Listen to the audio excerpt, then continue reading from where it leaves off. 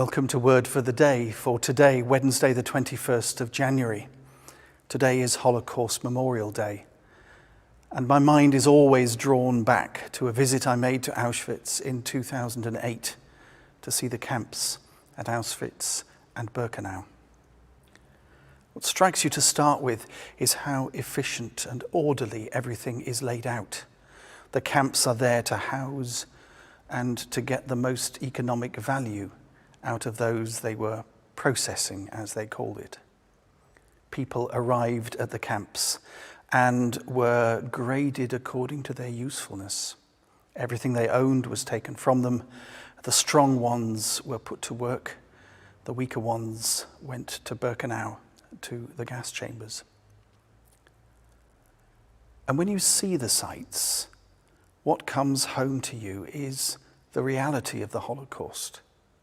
It's no longer a black and white film on an old archive production. There it is in bricks and mortar, the evidence of inhumanity on an absolutely mind-blowing scale. The heart of it was a railway track that came from a big shunting yard not far off.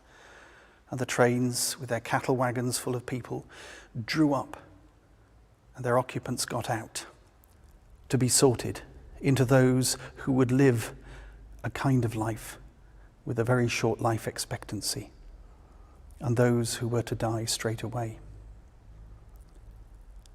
What is particularly hard is reflecting on the organization that went into it, how efficient everything was, and the view taken of the human worth of those who were being processed was set at naught.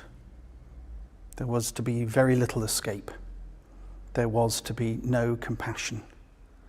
There was no hope once you arrived. It's a place that should be preserved, and if you have the strength of will, you should visit it, because it brings to mind fully and immediately the sheer scale and the nature of the horror of the Holocaust. And if you're ever tempted to think that we've learned our lesson, then perhaps we should reflect on this. It happened.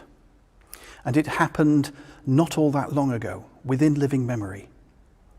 And it happened not very far away from here, 2 hours by plane. It happened in the surroundings of countryside we would recognize instinctively. It happened to people very like us. It was done by people very like us. And one of the reasons it was possible is because people like us let it happen. It happened in a country with a fully functioning democracy. It happened in a country that had a free press. It happened in a country where there was a lively academic life, where there was intellectual rigor, where there were people of compassion and love and understanding. It happened where there were people who could have stopped it. It happened because not enough people challenged it.